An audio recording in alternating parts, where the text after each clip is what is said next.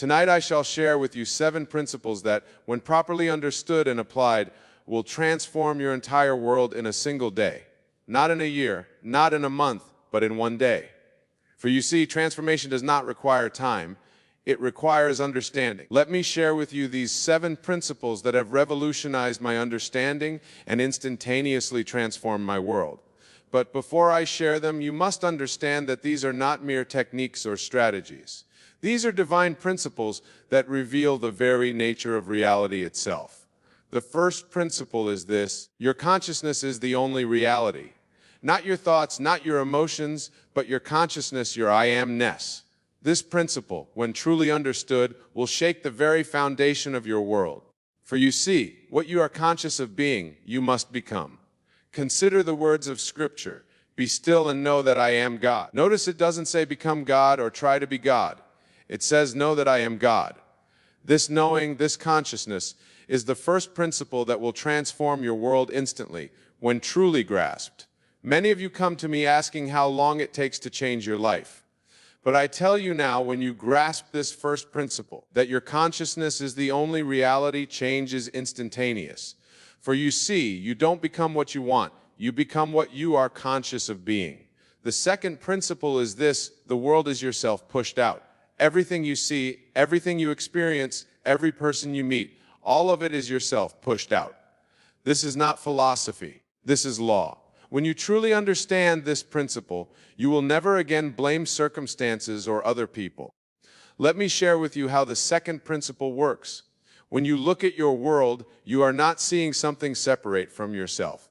You are seeing your consciousness made visible. Your financial situation, your relationships, your health, all of it is your consciousness pushed up. Consider this carefully. If you don't like what you see in your world, you don't try to change the world. You change your consciousness, and the world must change to reflect it. For the world has no choice but to reflect your consciousness. It is yourself pushed out. The third principle is this: the feeling is the secret. Not the words you speak, not the actions you take, but the feeling of your wish fulfilled.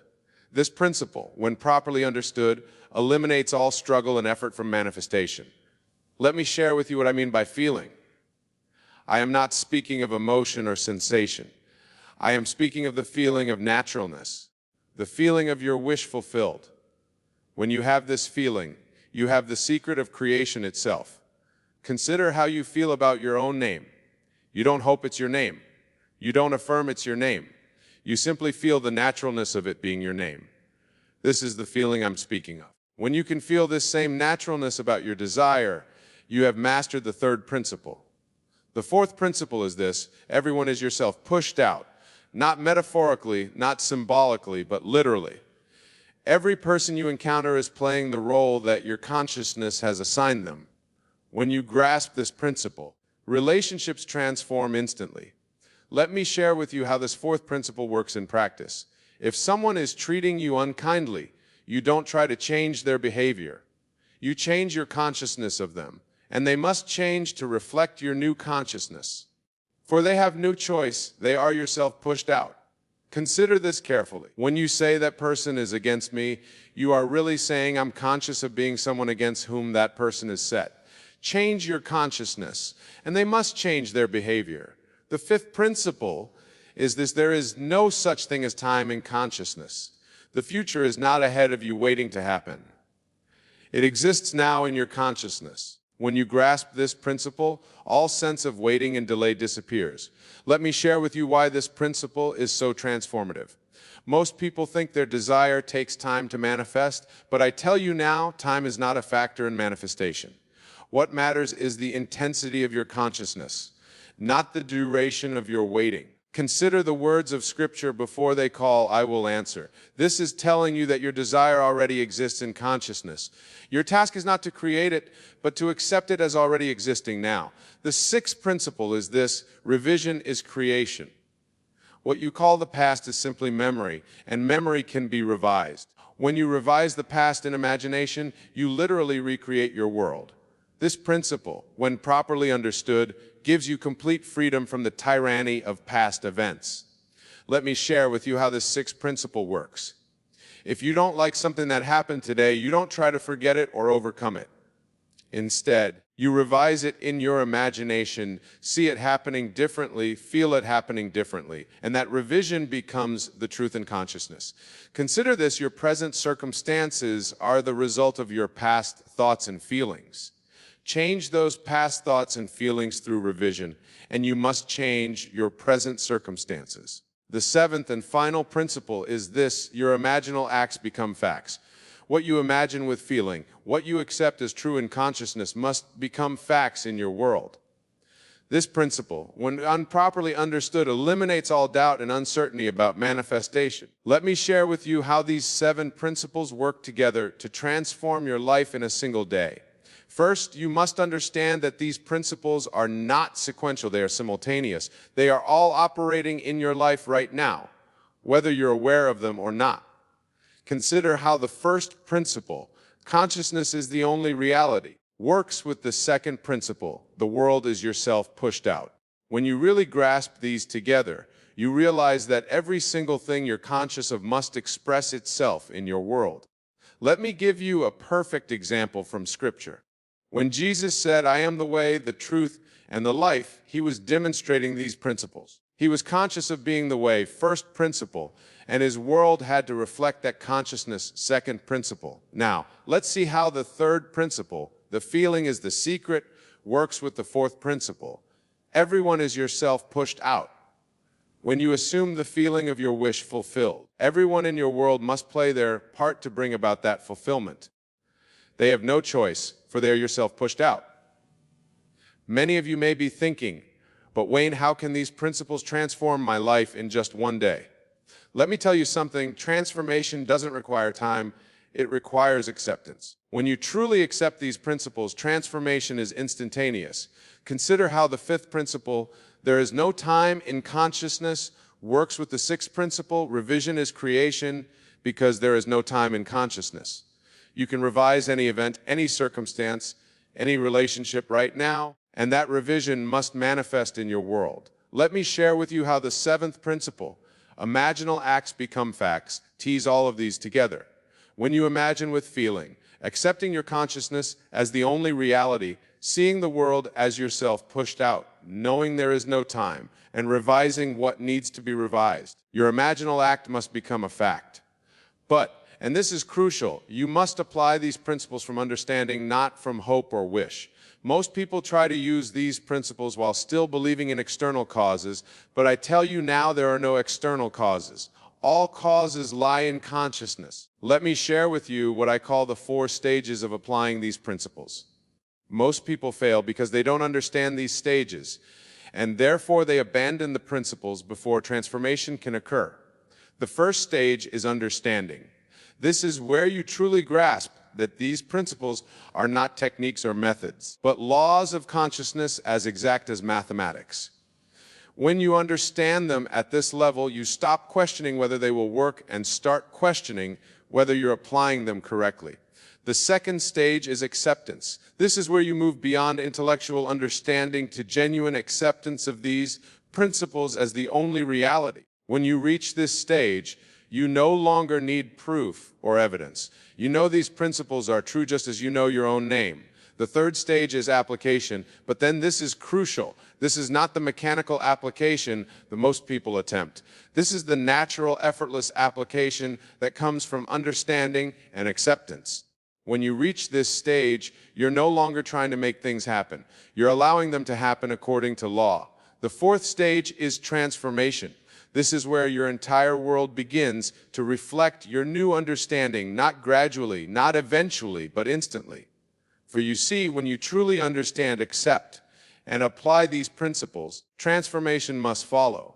It is law. Let me share with you how each of the 7 principles operates at each stage. Take the first principle, consciousness is the only reality.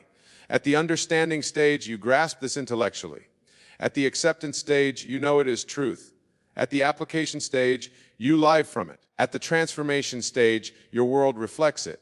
Consider how the second principle, the world is yourself pushed out, works through these stages. At understanding, you see the logic of it.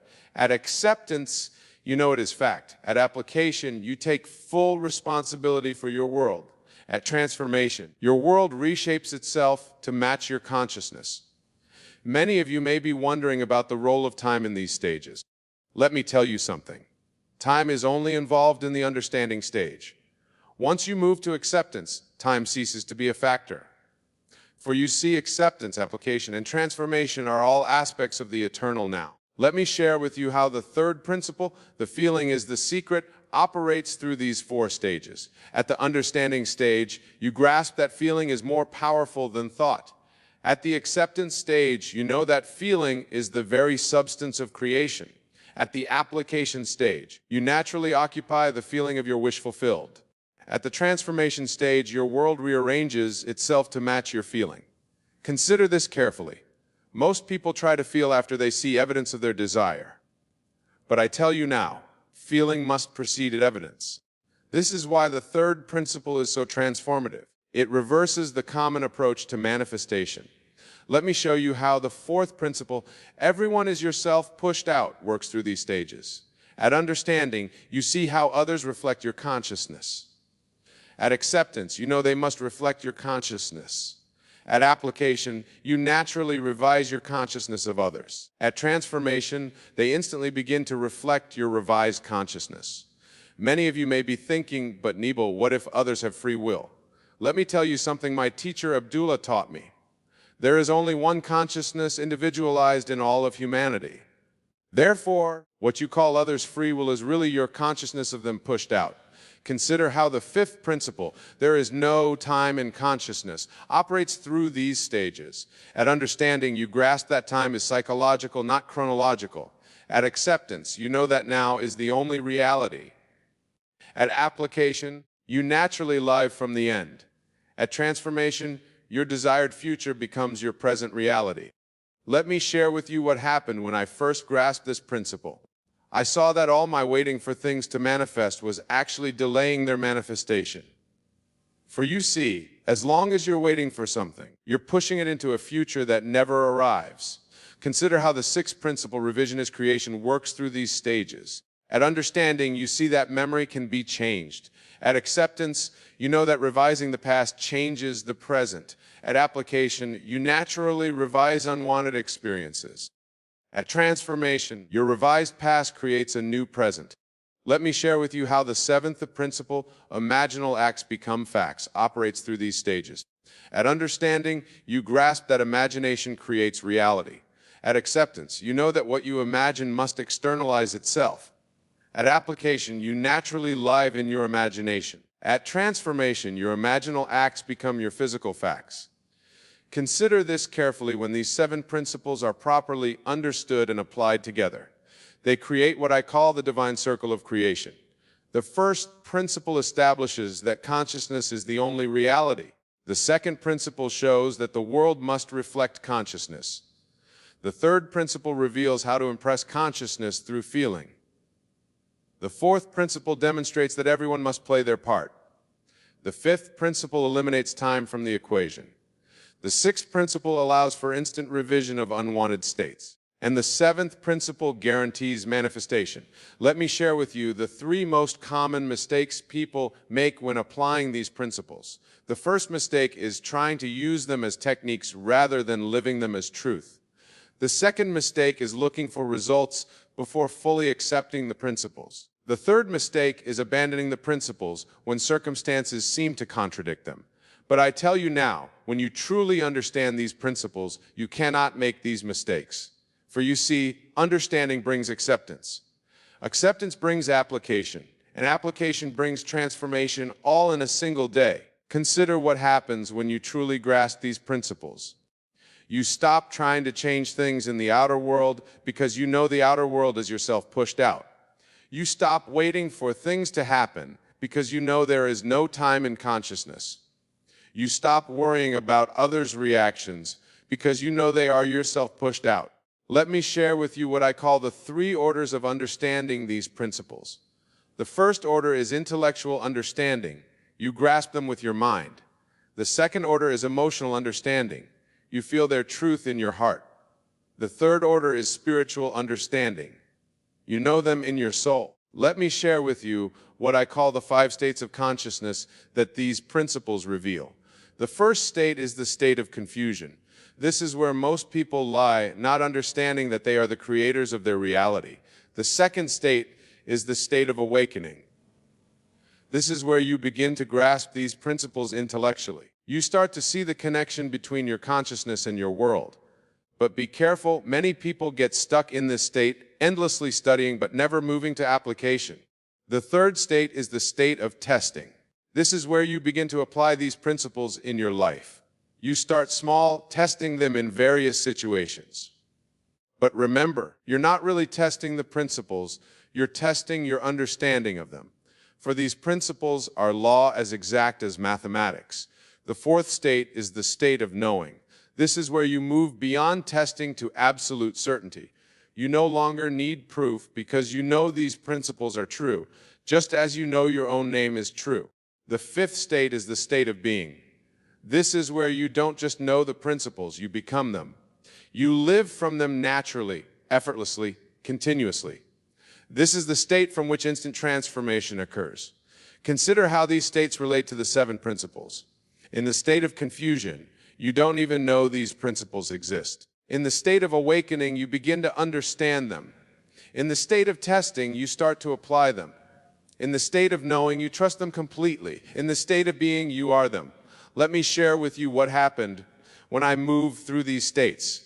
In the state of confusion, I was like everyone else, believing in external causes, blaming circumstances, waiting for things to change. In the state of awakening, I began to see that my consciousness was creating my reality, but I wasn't yet ready to take full responsibility for it. In the state of testing, I began to apply these principles in specific situations. I would consciously revise events, imagine desired outcomes, assume the feeling of wishes fulfilled, and I saw results, but I was still separate from the principles. In the state of knowing, something profound happened. I no longer needed to test these principles because I knew them as law.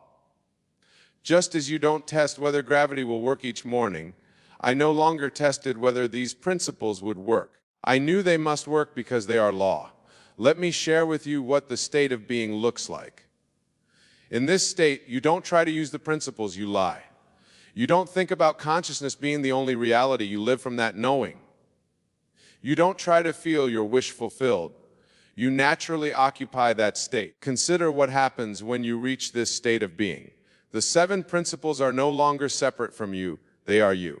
The first principle, consciousness is the only reality, becomes your natural state of awareness. The second principle, the world is yourself pushed out, becomes your constant understanding. The third principle, the feeling is the secret, becomes your natural way of creating. The fourth principle, everyone is yourself pushed out, becomes your fundamental relationship with others. The fifth principle, there is no time in consciousness, becomes your perpetual now. The sixth principle, revision is creation, becomes your automatic response to unwanted events. And the seventh principle, imaginal acts become facts, becomes your normal way of living. Let me share with you the 3 signs that indicate you've reached the state of being. First, you no longer try to make things happen. You know they must happen according to law. Second, you no longer react to circumstances. You simply revise them. Third, you no longer wait for manifestation. You live from the end. Consider this carefully. These 7 principles transform my life in one day, not because they are magical, because they are law. When you truly understand them, truly live them, transformation must follow. It cannot be otherwise. Let me share with you the final truth about these 7 principles. When fully understood and lived from, they eliminate what most people call problems. For you see, problems can only exist when you believe in external causes. When you know that consciousness is the only reality, that the world is yourself pushed out, that feeling is the secret, that everyone is yourself pushed out, that there is no time, that revision is creation, and that imaginal acts become facts, what problem could possibly exist? Consider this carefully. Every problem you think you have is simply a misunderstanding of these principles. If you have a financial problem, you're forgetting that consciousness is the only reality. If you have a relationship problem, you're forgetting that everyone is yourself pushed out. If you have a health problem, You're forgetting that feeling is the secret. Let me share with you what happens when you live from these principles. You stop trying to solve problems and start revising states of consciousness. You stop trying to change others and start changing your consciousness of them. You stop trying to make things happen and start living from the end. These principles transformed my life in one day because I stopped trying to use them and started living them. I stopped seeing them as tools and started seeing them as laws. I stopped applying them occasionally and started living from them continuously. Remember this, transformation doesn't take time, it takes understanding. When you truly understand these 7 principles, truly live from them, truly become them, your entire world must transform. Not because you made it happen, but because it must happen according to law. That's the message I want to leave with you tonight. These principles will transform your life in one day when you truly understand them. Not because they are magical, but because they are law. Not because they are techniques, but because they are truth. And isn't that worth thinking about? Thank you all and good night. Let me tell you something that will change your perspective forever. You know that feeling when something feels off about how someone treats you, but you can't quite put your finger on it, that subtle tension in the air. Today I'm going to reveal the hidden science that someone secretly dislikes you. I'd spent decades studying human behavior, the power of consciousness, and the invisible threads that connect our reality. What I'm about to share isn't just theory. It's the raw truth about human nature and the masks people wear. But before we dive into these signs, understand this. Knowing these signs isn't about breeding paranoia. It's about awakening your consciousness to reality so you can create better relationships and manifest the connections you truly deserve. The first sign is what I call the energy shift. When someone who secretly dislikes you enters a room, watch how their energy changes. Their shoulders might tense slightly. Their smile might not reach their eyes, or they might suddenly become overly nice, almost artificially so. This isn't coincidence, it's their consciousness revealing what their words try to hide. You see, in my years of observation, I've noticed that people cannot hide their true vibration. The law of consciousness states that what's inside must manifest outside. When someone harbors negative feelings toward you, their energy field disrupts the natural flow between you both. Let me tell you about the second sign, the subtle art of exclusion. This person might forget to include you in group conversations, or they might consistently interrupt you when you speak. They'll make it seem accidental. But remember, there are no accidents in the universe of consciousness. Think about this deeply for a moment. Have you noticed how some people always seem to have an excuse for why they couldn't respond to your message, yet they're instantly responsive to others? This isn't random, it's a deliberate pattern cloaked in casualness. The third sign lies in their body language. When someone secretly dislikes you, their body tells the truth, their words won't. They might point their feet away from you while talking, cross their arms when you speak, or maintain minimal eye contact.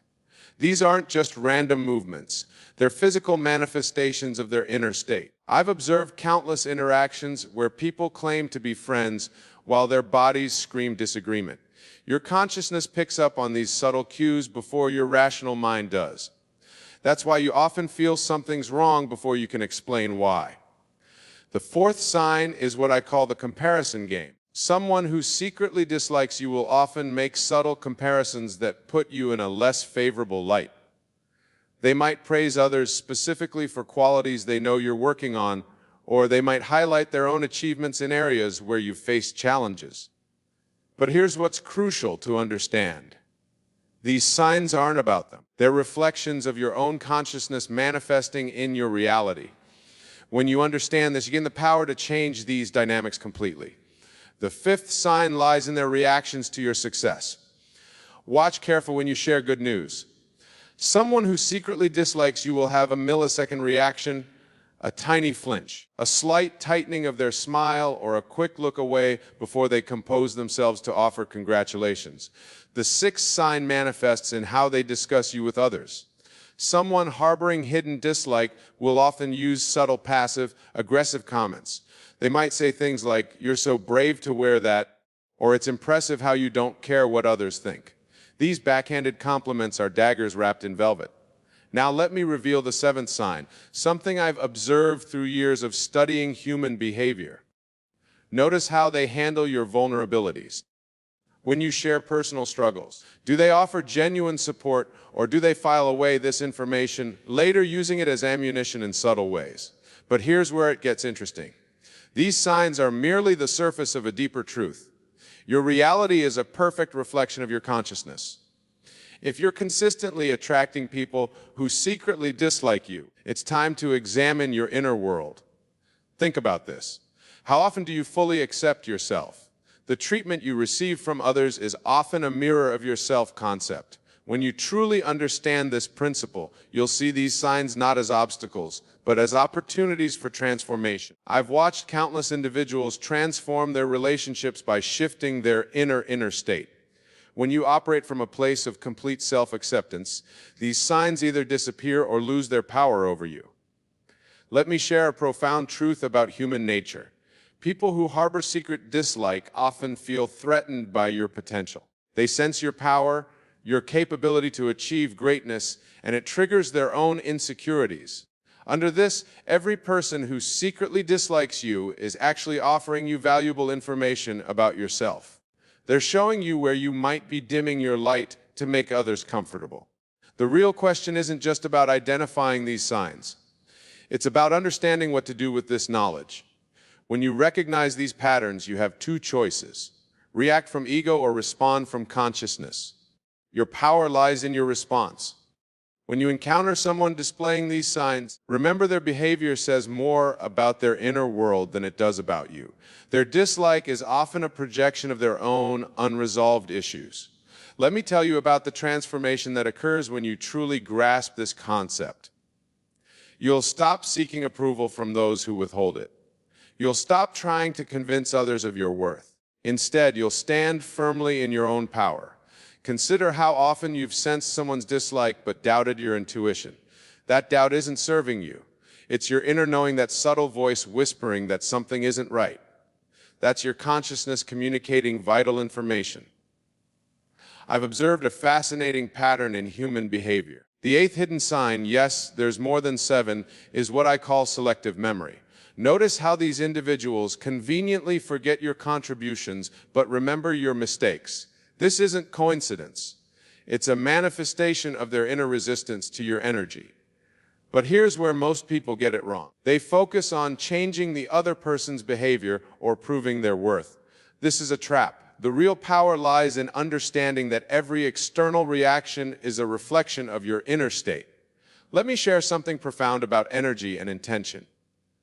When someone harbors hidden dislike, they're actually sending you negative energy wrapped in a smile. Your body knows this. That's why you feel drained after interacting with them, even when nothing overtly negative happened. Think about the last time you felt this way, that heaviness in your chest, that slight tension in your shoulders. Your body was telling you what their words weren't. This is your internal guidance system at work. The ninth sign. Because yes, there are even more manifests in their timing. Watch how they choose moments when you're vulnerable, celebrating to subtly undermine you. These moments might bring up your past failures right before an important presentation, or diminish your achievements right when you're feeling proud. But here's the crucial understanding. These moments are actually gifts. They're opportunities to strengthen your self-concept, to practice standing firmly in your truth, regardless of external validation. I've witnessed countless transformations when people grasp this truth. When you stop seeking approval from those who are committed to misunderstanding you, you reclaim your power. Your energy shifts, and suddenly these signs of dislike have no hold over you. Consider this deeper truth. Every person who displays these signs is actually playing a role in your spiritual growth. They're showing you where you still seek external validation, where you might be giving your power away. Let me share something about the 10th sign, their inconsistency. One day they're overly friendly, the next they're cold. This hot and cold behavior isn't random. It's a calculated attempt to keep you off balance, to maintain control through unpredictability. Let me take you deeper into understanding these complex human dynamics.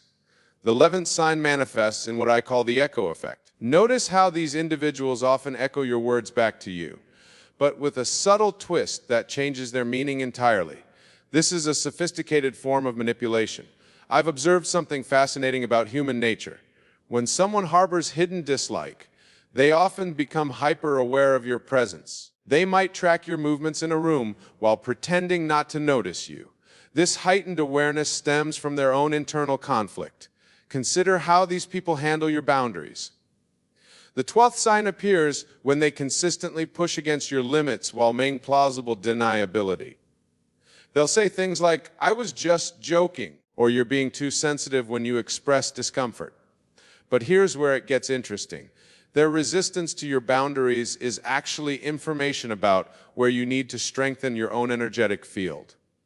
Every time they push against your limits, they're showing you where you need to reinforce your self-worth. Let me share something profound about energy alignment. When someone secretly dislikes you, they create what I call energy leaks in your field.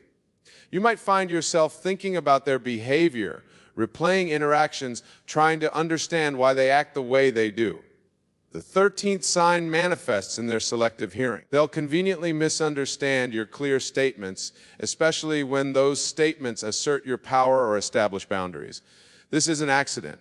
It's resistance to your truth. I think about the last time you felt emotionally exhausted after an interaction.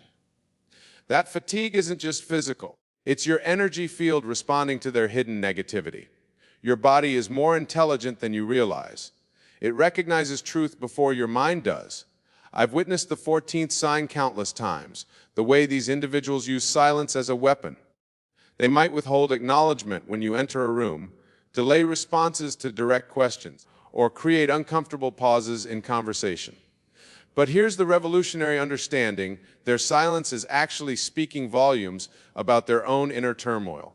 When someone can't celebrate your light, it's because they're struggling with their own darkness. Consider how these people handle your growth. The 15th sign appears when they subtly discourage your progress while appearing supportive. They might say, "Are you sure you're ready for that?" Or "That seems risky," when you share your ambitions. I've observed how these individuals manipulate social dynamics. They create what I call invisible triangles, speaking differently about you when you're present versus when you're absent. They maintain a perfectly crafted public image while secretly undermining your position. Think about the energy of authenticity.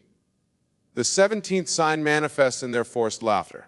It comes a fraction too late or sounds slightly mechanical. Their social responses feel rehearsed rather than genuine. This disconnect between their outer expression and inner state creates a subtle disturbance in the energy field. Consider how they handle your emotions. When you express genuine feelings, they often respond with toxic positivity or dismissive optimism. "Just get over it," they might say, or "Everything happens for a reason," without offering real empathy or understanding. Let me reveal something profound about human nature. The 18th sign appears in their physical positioning. In group settings, they'll subtly position themselves to exclude you from conversations while maintaining the appearance of inclusion. This is consciousness manifesting in physical form. I have witnessed countless situations where these individuals use what I call selective amnesia. They conveniently forget their commitments to you while remembering every minor mistake you've made. This selective memory isn't random. It's a pattern of conscious resistance. The 19th sign emerges in their timing. Notice how they often choose moments when you're most vulnerable or successful to plant seeds of doubt. This isn't coincidence. It's a calculated attempt to destabilize your energy field. Think about the power of presence. These people often create what I call energy vacuums, spaces where your natural enthusiasm or joy seems to disappear. You might enter a room feeling confident, only to feel your energy drain in their presence. Let me share something about the 20th sign, their use of information. They collect details about your life, not to understand you better, but to use this knowledge strategically. They might bring up sensitive topics in group settings or use your past experiences to subtly undermine you. Let me reveal something profound about the 21st sign, what I call the resonance disruption. When someone harbors hidden dislike, they unconsciously create discordant energy patterns that interfere with natural communication flow. I've observed how these individuals master what I call tactical timing. They choose precise moments to inject doubt into your victories or highlight your insecurities. It's like they have an internal radar for when you're most vulnerable or most confident. Consider the 27 sign, their peculiar way of offering help. They'll extend assistance in ways that subtly emphasize your dependence or inadequacy. Let me help you with that. Since you struggle with these things, they might say cloaking criticism and kindness. Think about the power of authentic connection. These people often maintain what I call surface synchronicity, appearing to be in harmony while internally maintaining a frequency of resistance. Your inner being senses this misalignment, creating that uncomfortable feeling you can't quite name. Let me share something about the 23rd sign, their relationship with your success. Watch how they handle your achievements. They might acknowledge them briefly, then quickly shift the conversation to difficulties or potential problems you might face. I've witnessed the 24th sign countless times, what I call energetic interference. These individuals often position themselves as gatekeepers to opportunities, subtly limiting your access while maintaining an appearance of support. Consider how they handle group dynamics. The 25th sign appears in how they create what I call social triangulation. They'll build alliances with others while subtly positioning you as an outsider or while maintaining plausible deniability. Think about the power of words. These people often use what I call verbal diminishment. They'll use slightly smaller words to describe your achievements compared to others or subtly downplay your contributions in group settings. Let me reveal the 26th sign, their relationship with your growth. When you're evolving or transforming, they often respond with what I call progressive resistance. The more you grow, the more subtle their undermining becomes. I've observed how they master what I call conversational redirection. Whenever you speak about your passions or achievements, they skillfully steer the conversation toward areas where they feel superior or where they know you've struggled. Consider the 28th sign, their peculiar way of remembering. They maintain what I call a selective archive of mystery, readily recalling your missteps while conveniently forgetting your successes. This isn't memory failure, it's conscious curation. Think about how they handle your relationships with others. These people often engage in what I call invisible separation. They create subtle barriers between you and others through barely perceptible hints, suggestions, and carefully placed doubts. Let me reveal something about the 29th sign, their relationship with your dreams. When you share your aspirations, they respond with what I call realistic poisoning, injecting just enough doubt to make you question yourself while appearing pragmatic. I've witnessed the 30th sign manifold times, what I call emotional misdirection. They'll acknowledge your feelings while subtly suggesting that you're overreacting or misinterpreting situations. This creates an internal doubt that can erode your self-trust. Consider how they handle moments of vulnerability. The 31st sign appears in what I call compassion masking. They'll express sympathy while subtly highlighting your weaknesses, making you feel both supported and undermined simultaneously. Think about their relationship with your boundaries. These individuals often employ what I call boundary blurring. They'll respect your limits in obvious ways while finding subtle methods to cross them, make it difficult to address without appearing oversensitive. Let me share something about the 30 Sunan sign, their use of silence. They wield what I call strategic stillness, using quiet moments not for reflection, but as a form of passive aggression, making you question yourself and avoid they create. Let me reveal the final profound truths about these hidden signs. The 33rd sign manifests in what I call the energy vampire effect. These individuals drain your vitality not through obvious negativity, but through subtle, persistent undermining of your confidence. I've observed the 34th sign in countless interactions, what I call temporal manipulation. They create artificial urgency or delay responses strategically, controlling the rhythm of your interactions to maintain their power position. Consider this transformative truth. Once you recognize these patterns, you gain immunity to their effects. Your consciousness expands beyond their influence. You begin to operate from a place of unshakable self-knowledge. Think about the ultimate purpose of recognizing these signs. It's not about building walls or becoming suspicious. It's about developing what I call conscious discernment, the ability to read energy accurately and respond from wisdom rather than reaction. Let me share the most powerful understanding of all. These people are actually your greatest teachers. They show you where you need to strengthen your self-belief, where you need to reinforce your boundaries, where you need to trust your intuition more deeply. The real transformation begins when you stop seeing their behavior as personal attacks and start recognizing them as signals pointing toward your own growth. Every instance of hidden dislike is actually an invitation to love yourself more completely. Remember this: your power lies not in confronting these individuals, but in elevating your consciousness beyond the need for their approval. When you truly embody this understanding, their influence over your energy field dissolves naturally. Your journey forward is clear. Stand firmly in your truth. Trust your intuition absolutely. Allow your light to shine without dimming it for anyone's comfort. Those who secretly dislike you are actually afraid of their own potential, which they see reflected in you. The final truth is this: when you fully embrace your authentic power, these signs become irrelevant.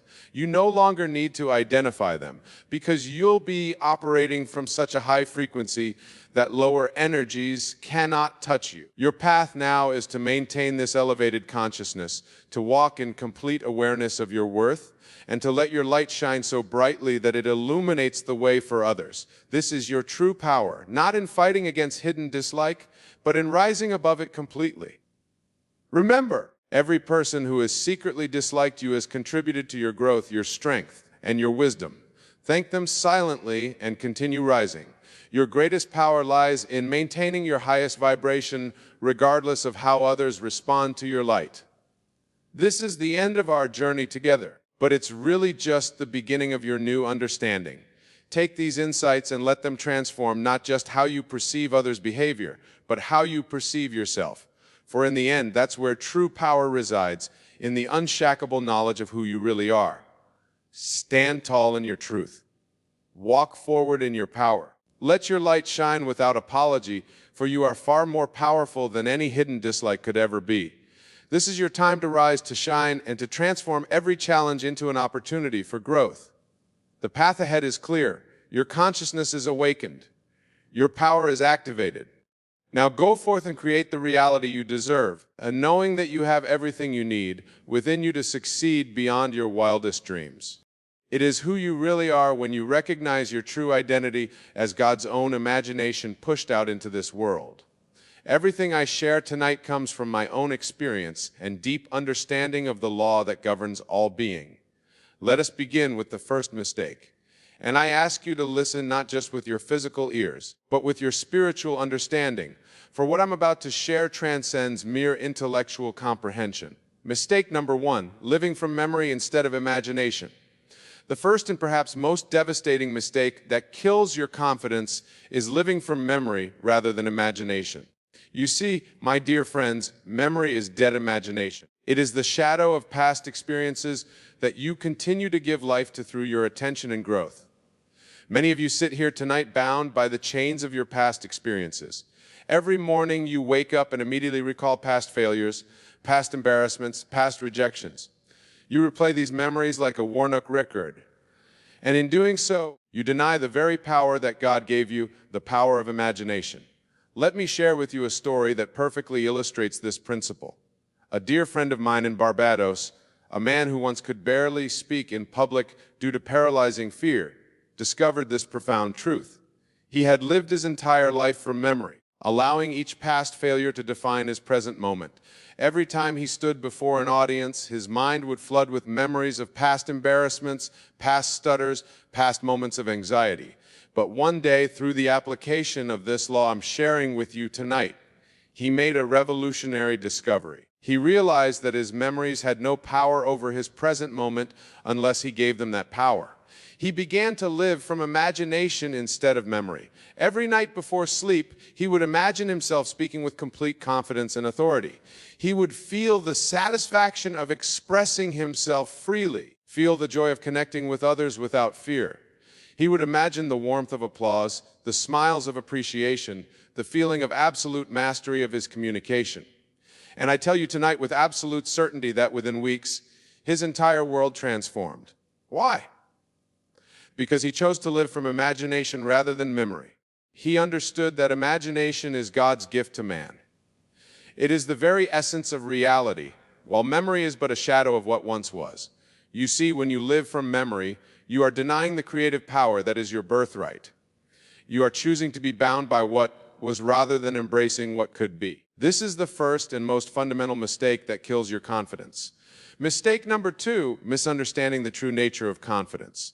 Now, let us move to the second critical mistake, one that keeps countless souls trapped in limitation: misunderstanding the true nature of confidence. This mistake is so prevalent that it has become accepted as truth in our modern world. You believe confidence is something to be achieved, something to be gained through external accomplishments. You think, when I get that promotion, then I'll be confident. When I lose extra pounds, then I'll feel worthy. When I achieve this goal, then I'll stand tall. My dear friends, this is a complete misunderstanding of the nature of confidence. Confidence is not something you get. It is something you allow. It is your natural state when you recognize who you really are. You are God's own imagination pushed out into this world. How can the imagination of God lack confidence? It is impossible. Let me share with you a profound experience that was shared with me by a young lady in New York. She had accomplished everything society told her would bring confidence: multiple degrees, a prestigious career, financial success, social recognition. Yet she felt hollow inside, constantly seeking the next achievement that would finally make her feel confident.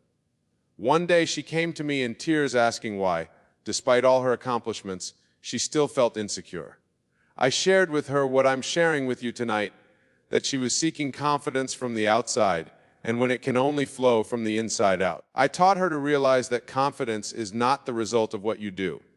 Rather, what you do is the result of the state of consciousness you occupy. When she began to live from this truth, her entire world transformed. Not because she achieved more, but because she finally recognized who she really was. Mistake number 3, rejecting your present self. The third mistake, and this is crucial to understand, is the continuous rejection of your present self. This mistake is particularly insidious because it often masquerades as self-improvement or spiritual seeking. Many of you sit here tonight in a state of constant self-rejection, always pushing your acceptance of self into some imagined future. You tell yourself, I will accept myself when I will feel confident when, but I tell you, this is a fundamental denial of your divine nature. Remember the words from Scripture: I am that I am, not I will be or I was, but I am. This is the name of God, and it is your name too, for you are one with God. When you reject your present self, you reject the I am within you. I recall a gentleman who came to me in Los Angeles, completely defeated by this very mistake. He had spent years rejecting his present self, always living for some future moment when he would finally feel worthy of confidence. His life was a constant postponement of self-acceptance. I shared with him a principle that transformed his life. The only time you can accept yourself is now at all. The only time you can feel confident is now. The only time you can recognize your divine nature is now all. He began to practice this truth, and within months his entire life transformed. Not because he became someone different, but because he finally accepted who he already was. Mistake number 4, misusing your inner dialogue. Let us move to the fourth mistake, which is perhaps the most pervasive of all: the misuse of your inner dialogue. Your inner conversation, my dear friends, is your destiny externalized. Every moment, every day, you are carrying on a conversation with yourself, and this conversation is creating your world. Most of you are engaged in constant self-defeating inner dialogue. You wake up and your first thought is, I'm not ready for this day. You face a challenge and immediately think, I can't handle this. You meet someone successful and think, I'm not at their level. These inner conversations are not mere thoughts. They are prayers, and they are always answered. Your inner dialogue is the spirit moving upon the face of the waters of your consciousness, creating your world. Let me share with you a principle that has transformed countless lives. Your inner dialogue is not just other mental chatter. It is the very substance from which your world is formed. When you change your inner dialogue, you change your world. I knew a man in New York who transformed his entire life by simply changing his inner conversation. Instead of his habitual, I can't, he began to live from I am. Instead of I'm not good enough, he lived from I am more than enough. He persisted in this new inner dialogue until it became natural and his outer world rearranged itself to match his new inner conversation. Mistake number 5, seeking permission to be confident. The 5th mistake that many of you are making is seeking permission to be confident. This mistake stems from a fundamental misunderstanding of your true nature and your relationship with the world around you. You look to others for validation, for permission to stand in your own power. You seek approval from friends, family, colleagues, even strangers before allowing yourself to feel confident. This, my dear friends, is a complete denial of your divine nature. You need no one's permission to be who you are. You need no one's approval to stand in your power. The very fact that you can imagine being confident means that confidence is your natural state. For how can you imagine what you are not capable of being? I remember a young teacher who came to me constantly seeking approval from her colleagues, her principal, her students' parents. She lived in a constant state of seeking permission to be confident in her role. I shared with her this truth. The only permission she needed was her own. I told her to imagine herself as the confident teacher she wished to be, not to seek it, not to ask for it, but to assume it, to live from it. And as she began to live from this assumption, her entire classroom transformed. Why? Because she stopped seeking permission and started giving herself permission to be who she really was. Mistake number 6, confusing confidence with arrogance. Now let us address the 6th mistake, one that keeps many spiritual seekers trapped in limitation, the confusion between confidence and arrogance. This misconception has caused countless souls to deny their divine confidence for fear of appearing arrogant. True confidence, my dear friends, is the most natural and humble state of being. It is simply the recognition of who you really are, God's own imagination pushed out into this world. Arrogance, on the other hand, comes from ego and insecurity. When you are truly confident, you have no need to prove anything to anyone. You have no need to compete, to compare, to belittle others, to feel better about yourself. True confidence is as natural as breathing, as humble as a flower blooming in the garden. I knew a businessman who struggled with this very issue. He feared that by fully embracing his confidence, he would become one of those arrogant executives he despised. But as he began to understand this law, he realized that true confidence had nothing to do with superiority and everything to do with authenticity. He learned to live from the state of natural confidence, and his entire business transformed. His relationships improved, his decisions became more effective, and most importantly, he found a peace he had never known before. Mistake number 7, living in the future instead of the now. The 7th mistake is one that plagues nearly everyone in this room, living in the future instead of the now. This mistake is particularly deceptive because it often masquerades as goal setting or ambition. You think, I'll be confident when I achieve this goal, or I'll feel worthy when I reach that milestone. But I tell you tonight, there's a complete denial of the power that is yours now, though. The only time you can be confident is now, though. The only time you can feel worthy is now, though. The only time you can exercise your imagination is now, though. When you push confidence into the future, you push it out of your experience entirely. Remember the words of Scripture before Abraham was I am. Not I will be, but I am. This is the eternal no in which all power exists. When you live in the future, you deny yourself access to this power. I recall a young actor who came to me, always pushing his confidence into some future moment. When I get this role, he would say, then I'll feel confident. I taught him what I'm teaching you now, to live from the end, to imagine the feeling of being confident, regardless of external circumstances. As he began to live from this truth, his entire career transformed. Not because he became someone different in the future, but because he chose to be confident in Odal. Mistake 8, denying your divine nature. And now we come to the 8th and final mistake. The one that underlies all others, the denial of your divine nature. This mistake is the root cause of all lack of confidence, all feelings of unworthiness, all self-doubt. You see, my dear friends, you are not merely human beings seeking a spiritual experience. You are spiritual beings having a human experience.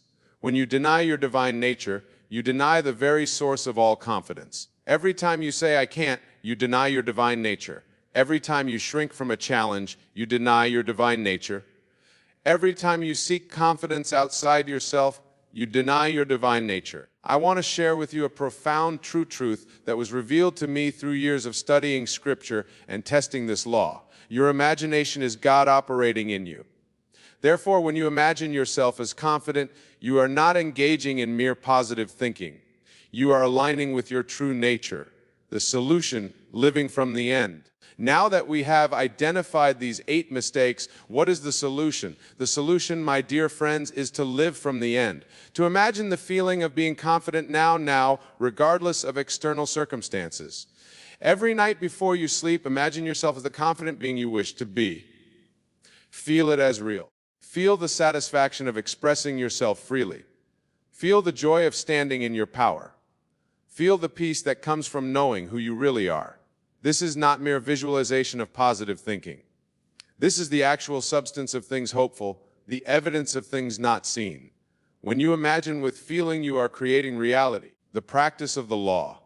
Let me give you a practical application of this law. Tonight, when you go to bed, imagine a scene that implies you are now the confident person you wish to be. Make it a short, simple scene that you can repeat easily.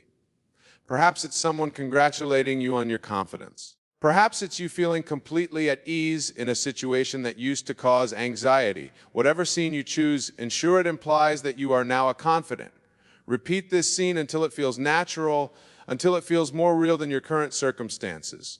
Fall asleep in this feeling. For asleep, your subconscious mind accepts as real what you have impressed upon it. The promise of transformation. I promise you, if you will apply this law, if you will persist in living from the end, your world will transform. For this is not mere positive thinking or psychology. This is the law by which worlds are created. Remember, confidence is not something you get. It is something you allow.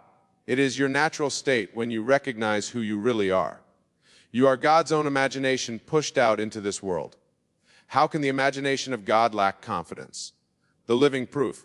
Let me share with you one final story that perfectly illustrates this principle. A young woman came to me several years ago, completely lacking in confidence. She had tried everything, self-help books, therapy, workshops, but nothing had worked. I shared with her what I'm sharing with you tonight. I taught her to live from the end, to imagine herself as the confident being she wished to be. Every night before sleep, she would imagine scenes implying she was not confident and self-assured. At first, it felt mechanical, even false, but she persisted. Night after night, she would fall asleep feeling the satisfaction of being confident. And gradually, something remarkable began to happen. Her world began to reshape itself to match her assumption. Opportunities appeared that allowed her to express her newfound confidence. People began to respond to her differently. She found herself speaking up in meetings, sharing her ideas freely, connecting with others effortlessly. Not because she had become someone different, but because she had finally recognized who she really was. The final understanding. My dear friends, I have shared with you tonight the 8 mistakes that are killing your confidence. But more importantly, I have shared with you the solution. The solution is not in doing, but in being, not in achieving, but in assuming, not in becoming, but in recognizing who you already are. Test this law. Apply what I have shared with you tonight. Imagine yourself as the confident being you wish to be. Feel it as real. Live from that assumption. For I tell you with absolute certainty, what you imagine with feeling while in a state into sleep must objectify itself in your world. The promise fulfilled. Let me conclude with this final thought. The transformation you seek is not in the future. It is in your imagination. The confidence you desire is not something to be achieved. It is something to be assumed down. Remember, you are not working towards confidence. You are working from confidence. You are not trying to become confident.